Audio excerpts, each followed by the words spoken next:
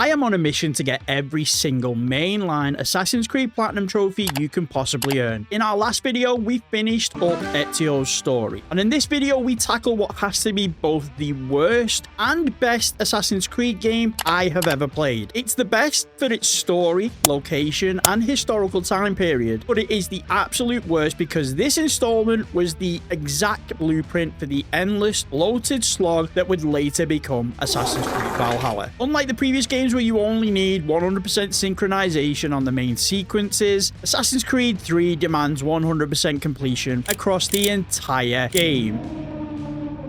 Every club mission, hunting every animal in every region, finding every single underground fast travel point, every pirate contract, and many more. So come with me while I earn the platinum for Assassin's Creed 3 Remastered and question my life choices all at the exact same time. So the game starts with Desmond and the gang heading to America after being shown the way by Jupiter, and we end up in an old Isu temple that's powered down. To move forward, we enter the Animus, getting us our very first trophy of this run, Rude Awakening. Inside the Animus, the opening chapters place you in the role of Haytham Kenway, a charismatic, highly skilled assassin arriving in the American colonies in 1754. At first, everything seems familiar. Haytham scales rooftops, uses the hidden blade, and recruits allies, all while searching for an ancient First Civilization temple. However, after several hours, the game reveals one of the biggest twists in the franchise. Haytham isn't an assassin at all. He's actually a member of the Templar Order. Give me your hand. You are a Templar. May the Father of Understanding guide us. May the Father of Understanding guide us. Wait, what? This shocking reveal completely changes the player's understanding of the opening chapters and sets the stage for the conflict that follows. After that, it picks up years later. The story shifts to Raton Hackaton. I genuinely apologize for butchering that, but better known as Connor. Connor is the son of Haytham Kenway and Annette, a woman from the Mohawk people. After witnessing his village destroyed and believing the Templars responsible, in true Assassin's Creed fashion, Connor is driven by a desire to protect his people and stop the growing influence of the Templar Order. His path leads him to Achilles Davenport, a bitter retired mentor who reluctantly agrees to train Connor and rebuild the broken colonial brotherhood. As Connor grows into his robes, he gets dragged directly into the gears of the American Revolution. Unlike earlier games where you just observe history, Connor is actively shaping it. He fights in major battles, delivers critical messages, and rubs shoulders with the likes of George Washington, Benjamin Franklin, and Samuel Adams. What makes this story so incredible is that it's painted in shades of grey. Haytham isn't a cartoon villain. He genuinely believes the peace can only be achieved through order and control. Connor, conversely, fights for absolute freedom, even if it leads to utter chaos. The uneasy alliance to take down Charles Lee gives us a tragic glimpse of what this father and son could have been. But inevitably, Connor is forced to assassinate his own father before tracking down Lee in a surprisingly quiet, somber final moment in a seaside tavern. It's a bittersweet ending. Connor wins his war, but his village is abandoned, his people are displaced, and the new nation fails to protect them. It's a masterpiece of historical storytelling. As with all Assassin's Creed games, completing the story gains you all of the sequence trophies. Alongside the historical setting of revolutionary America, Desmond is gaining access to the temple where we need to head out into the real world and collect power sources we need in order to open it up. Doing each of these real world sections gains us a trophy for each, and then the modern storyline reaches its climax of the Desmond saga. In the end, Desmond sacrifices himself to save humanity, releasing the first civilization entity known as Juno in the process. It was a controversial ending at the time, but permanently changed the direction of the franchise going forward. And we grab the trophy No Good Deed Goes Unpunished for seeing Desmond's fate.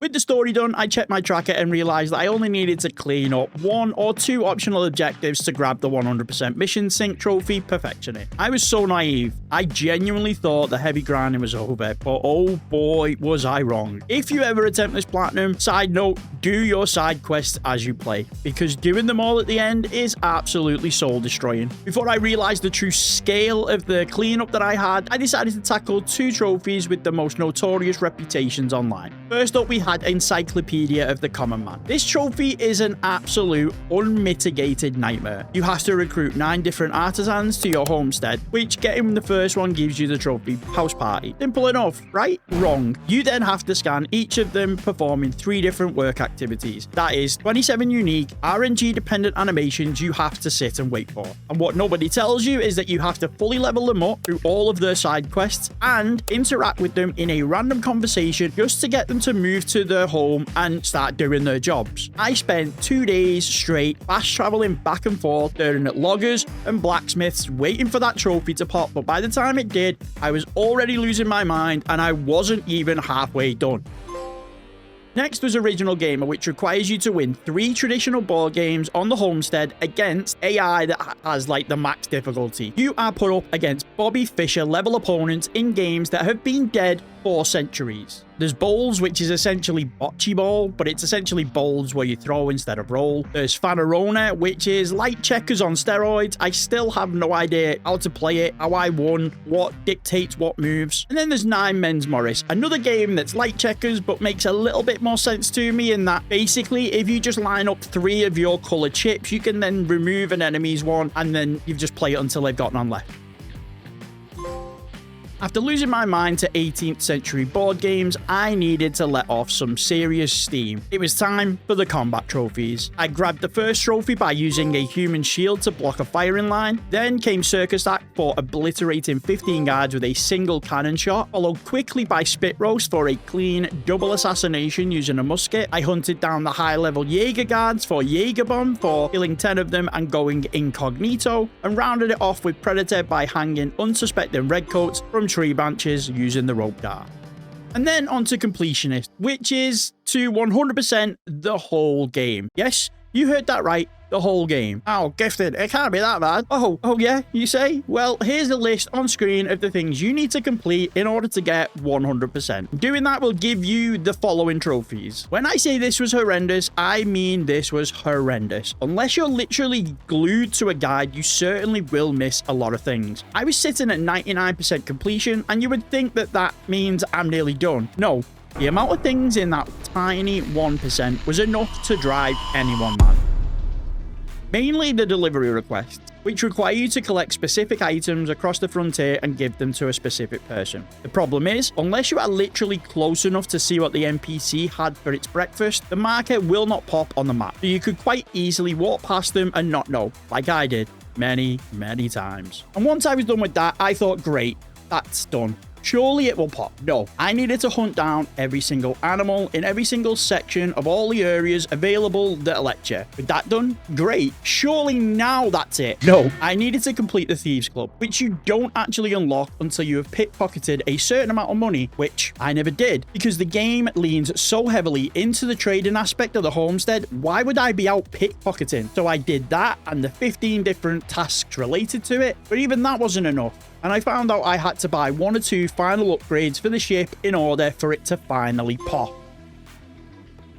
Speaking of the ship, there are trophies tied to this for completing all of the pirate missions, finding Pegleg's treasure, and visiting the famous Oak Island, which, if I knew I got a bulletproof artifact out of it, I would have gone there a whole lot sooner. And there's also a trophy for exploring Fort Walcott. The last section is the DLC named The Tyranny of King Washington, where all of your allies in the game are now the villains and you have to defeat them. And if you thought I had enough on the cleanup, then this takes the cake. I won't go into detail other than you need to finish the 3 episodes, get 100% sync on them, which has some ridiculous tasks to complete, and then use the 3 new spirit powers. It is just a quick montage of how the DLC went. No! No! Oh, you bastard. I need him to move. Why is he not moving? Why is it sometimes they move and sometimes they don't? What's he doing coming up here now? This is the first time this has happened. I pressed none of those controls. With that finally out the way, I did my usual finish with a nice easy one, that being Coureur de Bois, where you sell a skin to one of every store on each of the map areas. And with that, the platinum is finally done.